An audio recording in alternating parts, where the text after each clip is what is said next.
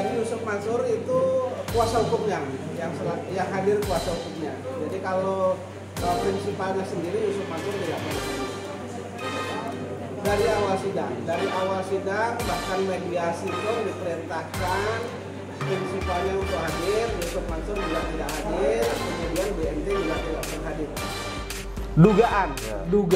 Diduga dengan keras bahwa memang sudah rencanakan dari awal bahwa bisnis ini nantinya akan dikemplang, begitu. Atau mungkin investor kesulitan untuk menggugat, Pak ya?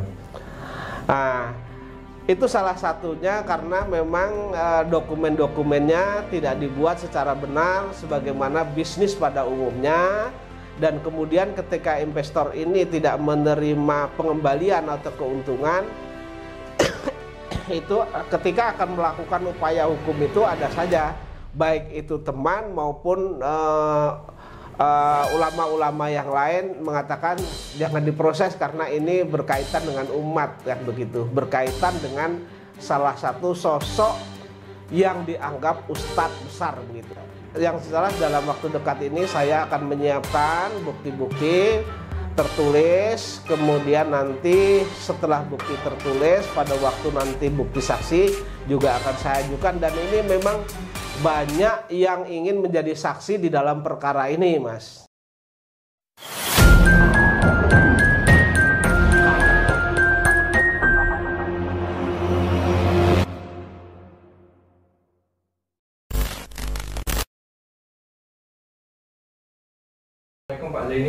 Waalaikumsalam warahmatullahi wabarakatuh, Mas Haji. Bagaimana dengan perkembangan sidang terakhir, Pak?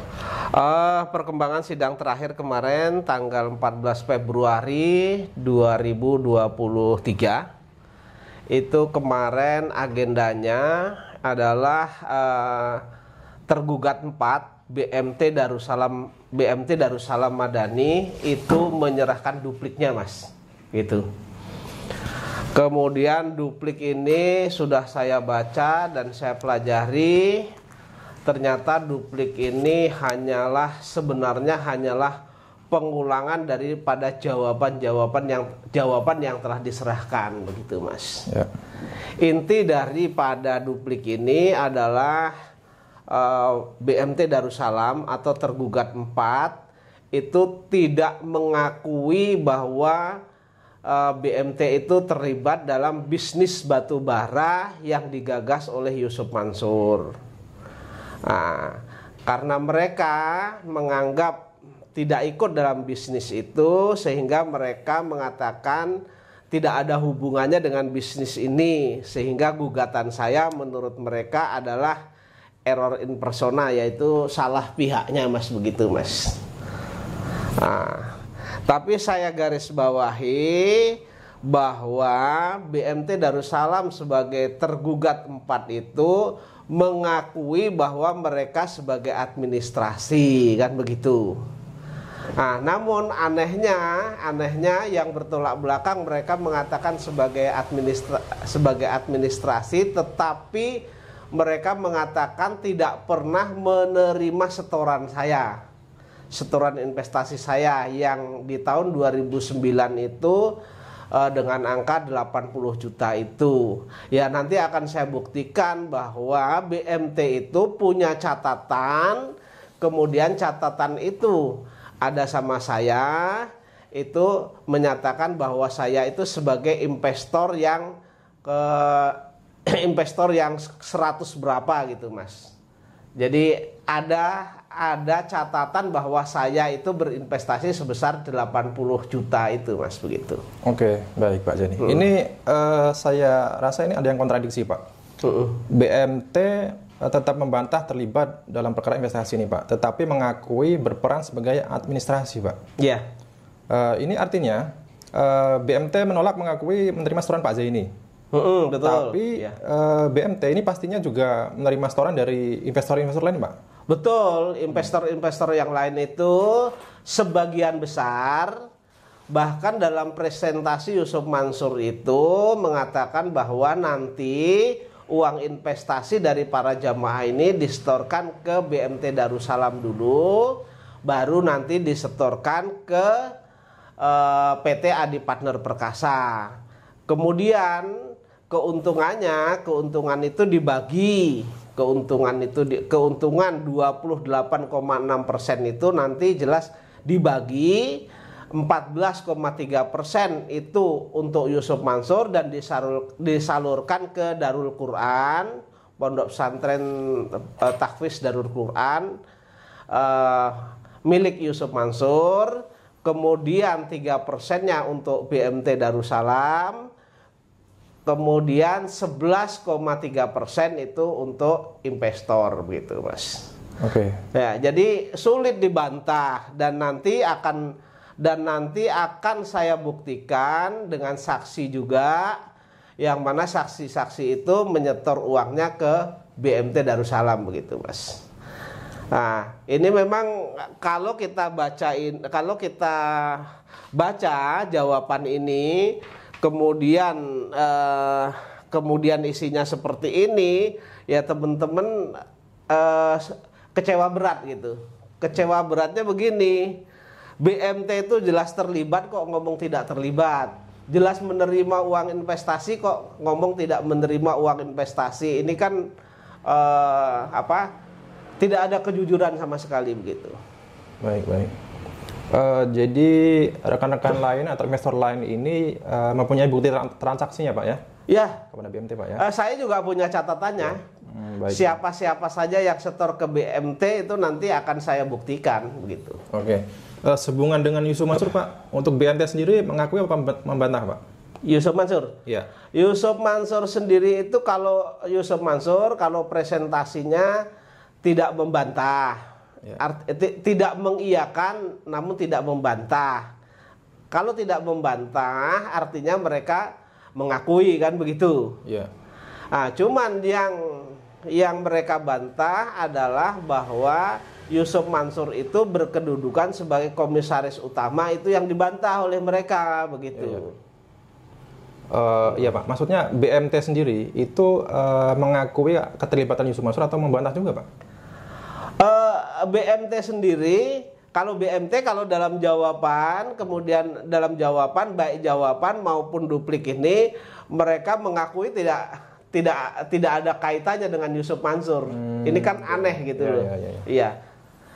Sebagai penerima uang dan faktanya memang menerima uang tapi tidak mengakui gitu. Ada kaitannya dengan Yusuf Mansur. Ini kan dugaan saya, besar dugaan saya bahwa memang dari awal sudah diskenario atau didesain, nanti yang presentasi, yang menarik jamaah itu Yusuf Mansur, kemudian yang menerima uang itu BMT, kemudian saya tidak tahu apakah uang dari BMT itu disetorkan ke PT Adi Partner Perkasa atau tidak, kan saya tidak tahu. Oke, berarti aliran dananya ini perlu dilacak ya Pak ya? Aliran dananya ini. Kenapa saya duga bahwa ini sudah diskenariokan atau sudah didesain. Kalau toh ini kejahatan ini hanya dilakukan oleh oleh Adiansah dengan bendera PT Adi Partner Perkasa, kenapa Yusuf Mansur yang merasa juga menjadi korban tidak buat laporan polisi? Kemudian BMT Darussalam yang menerima uang investor kemudian menyetorkan katanya kepada PT Adi Partner Perkasa, kenapa juga mereka tidak membuat laporan atau mengajukan gugatan? Ini kan jadi tanda tanya. Menurut saya mereka tidak mau dan mereka membantah. Ini adalah suatu hal yang kong kali kong lah begitu, dugaan saya. Artinya mungkin exit strateginya itu sudah direncanakan sebelumnya Pak ya? Sudah dilakukan sebelumnya.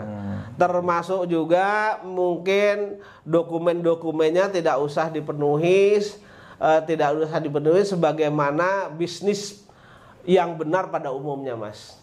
Jadi mungkin sebagian hanya diberi A, sebagian hanya diberi B. Itu pun kalau minta, kalau nggak minta nggak dikasih, Mas.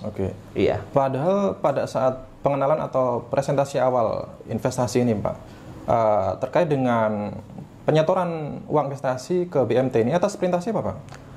Jadi begini, dalam presentasi itu bahwa Yusuf Mansur mengatakan bahwa uang investasi itu nanti disetorkan kepada BMT Darussalam saja. Artinya lembaga keuangan yang waktu itu di masjid, Mas, begitu. Iya. Jadi artinya, dan kemudian disusul dengan BMT juga kan mengeluarkan proposal dan menerima uang dari investor. Artinya ini kan memang sudah ada kesepakatan dari awal kan di antara mereka itu, begitu. Ya. Oke, berarti diduga artinya mereka ini ada rencana yang tersusun rapi begitu, Pak ya? Diduga dengan keras bahwa memang sudah rencanakan dari awal bahwa bisnis ini nantinya akan dikemplang, begitu. Atau mungkin investor kesulitan untuk menggugat, Pak ya?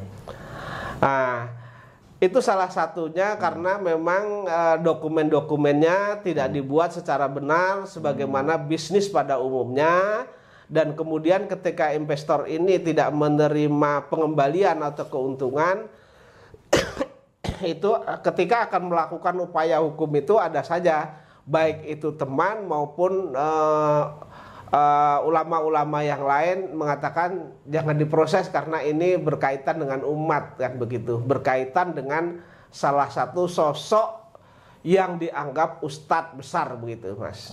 Baik, karena menyangkut nama baik ustadz begitu, Pak ya? Iya. Oke, Pak Zaini, ini kembali masalah jabatan komisaris yang dipersoalkan, Pak. Sebenarnya, Pak, ini mungkin banyak yang belum tahu juga, Pak. Fungsi dari komisaris di suatu perusahaan itu apa sih, Pak? Begini, fungsi dari komisaris di salah satu perusahaan adalah mereka mengawasi kerja daripada direktur, Mas.